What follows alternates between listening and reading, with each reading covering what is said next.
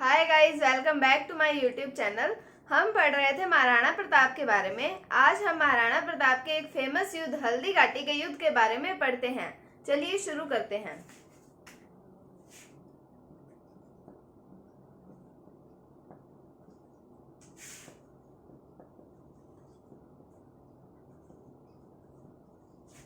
हल्दी घाटी का युद्ध हुआ कब था? ये हुआ था 18 जून 1576 ईस्वी को। कब हुआ था? 18 जून 1576 ईस्वी को हल्दी घाटी का युद्ध हुआ था। लेकिन एक इतिहासकार आते हैं जिनका नाम आता है गोपीनाथ शर्मा। इनके अनुसार हल्दी घाटी का युद्ध हुआ था 21 जून 1576 ईस्वी को। वैसे ऑथेंटिक तो यही है 18 जून 1576 ईस्वी को, लेकिन गोपीनाथ जी शर्मा के अनुसार कब हुआ था युद्ध? 21 जून 1576 ईस्वी को। पेपर में कभी भी दो डेट आपको एक साथ नहीं मिलेंगी, कोई एक ही डेट दी होगी आपको। तो हल्दी घाटी का युद्ध हुआ 18 जून 1576 में, गोपीनाथ शर्मा के अनुसार 21 जून 1576 में। उसके बाद में हम पढ़ रहे हैं हल्दी घाटी का युद्ध, तो हमें ये पता होना चाहिए कि हल्दी घाटी है कहाँ। तो हल्दी घाटी है राजसमंद में। एक है खमनोर की पहाड़ी,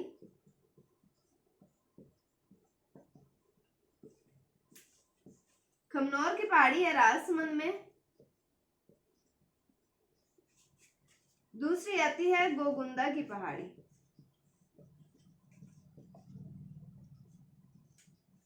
ये पहाड़ी है उदयपुर में।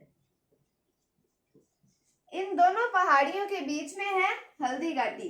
तो खमनोर की पहाड़ी और गोगुंदा की पहाड़ी, इन दोनों के बीच में पड़ता है हल्दी घाटी। अब हम पढ़ते हैं इस युद्ध के बारे में। तो मेवाड़ में तो है महाराणा प्रताप,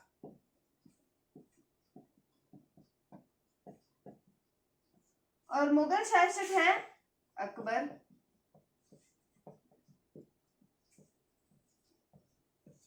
अकबर के जो प्रधान सेनापति आते हैं उनका नाम आता है मान सिंह।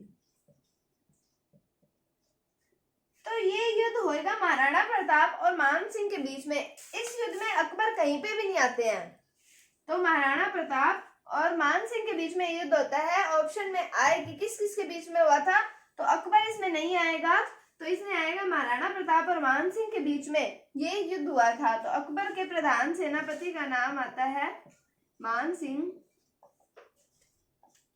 उसके बाद में मान सिंह के साथ में थे आसफ खां और है मिहत्तर खां। तो ये होगी अकबर की सेना। साथ में एक इनके साथ में एक और था बंदा यूनी। अब हम देखते हैं मेवाड़ में महाराणा प्रताप की तरफ से कौन था। महाराणा प्रताप की सेना के हरावल भाग, हरावल भाग मतलब होता है सेना का अग्रभाग। हरावल भाग के नेतृत्व कर रहे थे, कौन कर रहे थे? हकीम खां सूरी।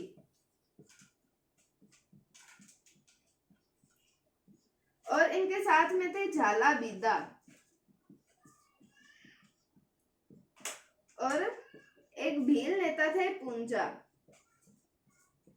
ये थे भील नेता। तो हमने सेनाएं देखी कि महाराणा प्रताप की सेना के हरावल भाग का नेतृत्व किसने किया? हकीम खां सूरी ने। उसके बाद में इनके साथ में थे झाला बीदा और पूंजा। पूंजा थे भील नेता। तो ये भी प्रश्न पूछा जाता है कि भील नेता कौन थे अकबर महाराणा प्रताप के साथ में हल्दी घाटी के युद्ध में? तो ये थे पूंजा। और झाला बीदा के बारे में हम आगे पढ़ेंगे कि इन्होंने अपने राज चिन्ह दिए थे किसको? झाला बीदा को। और हरावल भाग का नेतृत्व किसने किया? ये किया था हकीम खां सूरी ने।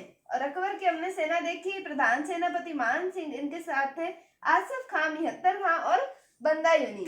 उसके बाद में अकबर ने अब इस युद्ध की रणनीति बनाई थी, जो हमने पिछले वीडियो में हमने पढ़ा था मैगजीन का युद्ध। उसमें हमने देखा था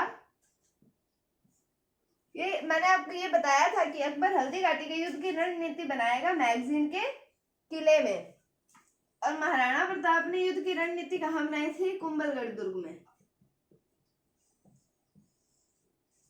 उसके बाद में ये युद्ध स्टार्ट होता है। इसके अंदर महाराणा प्रताप की सेना का ये जो हरावल भाग का नेतृत्व करता था हकीम खान सूरी, ये करता है पहले इन पर आक्रमण। ये आक्रमण करता है इनके ऊपर। उसके बाद में महाराणा प्रताप का घोड़ा आता है चेतक, और महाराणा प्रताप का एक हाथी भी था जिसका नाम हमने पढ़ा था राम प्रसाद, जिसका नाम बदल के रख दिया था अकबर ने पीर प्रसाद। तो चेतक को ये इन दोनों में से चूज करते हैं, किसको? चेतक को, कि ये फटाफट से उनके पास पहुंच जाए, उस सेना के पास, और उन पर आक्रमण कर सके, उन पर उनके जो वो हमला कर रहे हैं इनकी सेना पर, उसको रोक सके महाराणा प्रताप। इसलिए वो चेतक का चुनाव करते हैं। वो जाते हैं मान सिंह पर आक्रमण करने के लिए। मान सिंह अपने हाथी पर सवार होते हैं। मान सिंह के हाथी का नाम आता है मर्दाना। तो जब महाराणा प्रताप इन पर भाले से वार करने लगते हैं मान सिंह पर, तो ये अपने हाथी पर सवार होते हैं और ये नीचे हो जाते हैं, और इनके हाथी की वजह से चेतक हो जाता है घायल। जब चेतक घायल हो जाता है तो उसके बाद महाराणा प्रताप चले जाते हैं बलीचा, और बलीचा में चेतक की मृत्यु हो जाती है, और यहाँ पर बना हुआ है चेतक का स्मारक।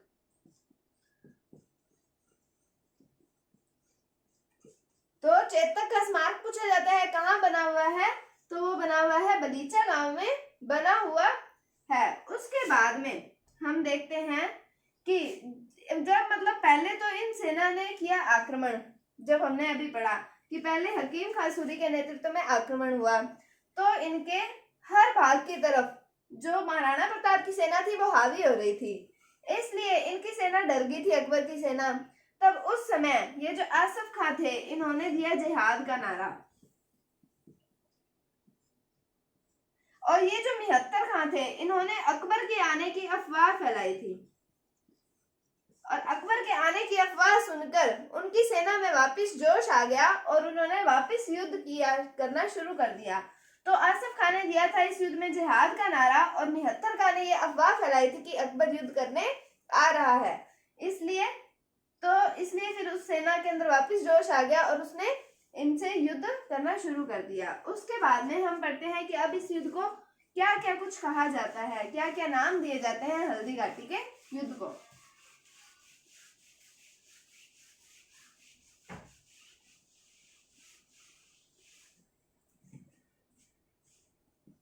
Colonel James toad.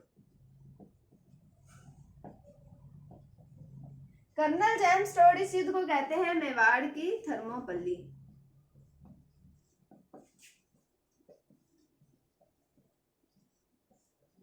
अबुल फजल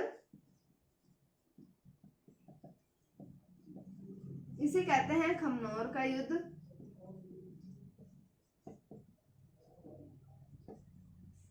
बंदा यूनी जो है वो इन्हें कहते हैं, क्या कहते हैं? गोगुंदा का युद्ध।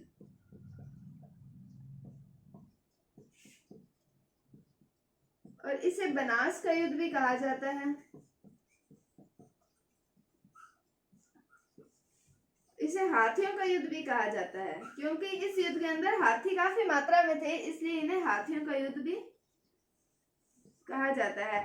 इस युद्ध के अंदर ये निर्णय नहीं हो पाया था कि कौन विजेता है, ना अकबर जीता ना महाराणा प्रताप जीता, इसलिए इसे अनिर्णायक युद्ध भी कहा जाता है।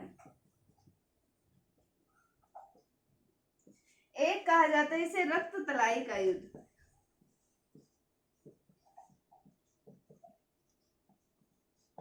तो इस युद्ध के क्या क्या नाम आते हैं? कर्नल जेम्स टोड इसे कहते हैं मेवाड़ की थर्मोपल्ली। अबुल फजल कहते हैं खमनोर का युद्ध। बंदा यूनी कहते हैं गोगुंदा का युद्ध। बनास का युद्ध इसे कहा जाता है हाथियों का युद्ध कहा जाता है, अनिर्णायक युद्ध, और रक्त तलाई का युद्ध। ये सारे नाम हमें पता होने चाहिए, हमसे एग्जाम्स में इनमें से कहीं से भी प्रश्न पूछा जा सकता है कि ये नाम किस युद्ध को मतलब ये नाम दिया गया है, या हल्दी घाटी के युद्ध को इनमें से कौन सा युद्ध मतलब कहा जाता है। तो हमें पता होना चाहिए। कर्नल जेम्स टोड ने कहा मेवाड़ की थर्मोपली, अबुल फजल ने कहा खमनोर का युद्ध, बंदा यूनी ने कहा गोगुंदा का युद्ध, बनास का युद्ध कहा जाता है, हाथियों का युद्ध, अनिर्णायक युद्ध और रक्त तलाई का युद्ध। अब ये हल्दी घाटी के युद्ध के समय मेवाड़ के जो शासक हैं कौन है? महाराणा प्रताप। इन्होंने अपना एक मुख्य नियंत्रण केंद्र बनाया था। किसको बनाया था? केलवाड़ा को। केलवाड़ा पड़ता है राजमंद में।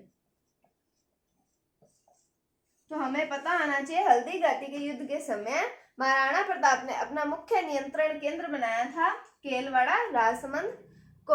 उसके बाद में जो हल्दी घाटी स्थान आता है उसको स्वतंत्रता